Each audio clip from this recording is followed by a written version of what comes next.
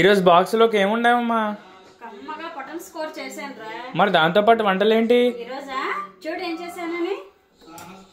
కమ్మని టమాటా పప్పు, పొటన్స్ కూర. పొటన్స్ అంటే ఏంటో అనుకోగలరు. ఇక ఇవ్వండి, ఇది వరకు కూడా నేను వీడియోలో చూపించాను. ఇవి సీజన్లోనే దొరుకుతాయి.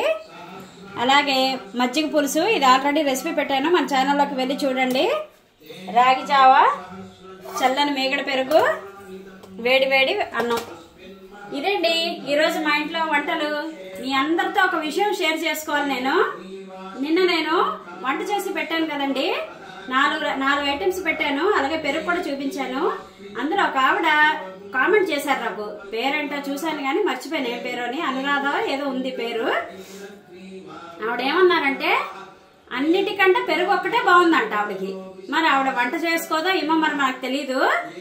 ఇవన్నీ టైం వేస్ట్ చేసుకోకుండాను చదువుకోండి అని చెప్పేసి మా అబ్బాయికి చెప్పింది. మా అబ్బాయి అడుగుతాను, అసలు ఆ వాల్యూ తెలిసిన వాళ్ళు అమ్మ ఏం చేసావు నన్ను అడిగితే, మనం ఇప్పుడు ఒక 3 నిమిషాలు వీడియో తీసినంత మాత్రం వాడు చదువేం పాడైపోదు.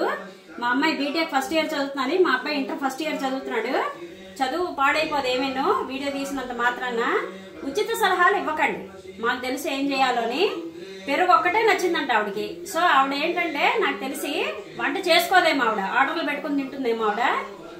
ఈ వాల్యూ తెలిసిన వాళ్ళు అలా మాట్లాడరు. అన్న వాళ్ళకి అంటున్నాను, అనే వాళ్ళకి కాదు. మీరేమనుకోకండి ఇలాగ అన్నానని. ఈ వీడియో ఎలా ఉందో కామెంట్ చేయండి. నెక్స్ట్ ఇంకోటి ఏంటంటే 26, 27, 28 మాకు సుబ్రహ్మణ్య షష్ఠి ఉత్సవాలు ఉన్నాయండి గుళ్ళోని. నేను ఫుల్ మా పాత ఇంటికి వెళ్ళి టైడ్ అయిపోయి వచ్చాను నేను.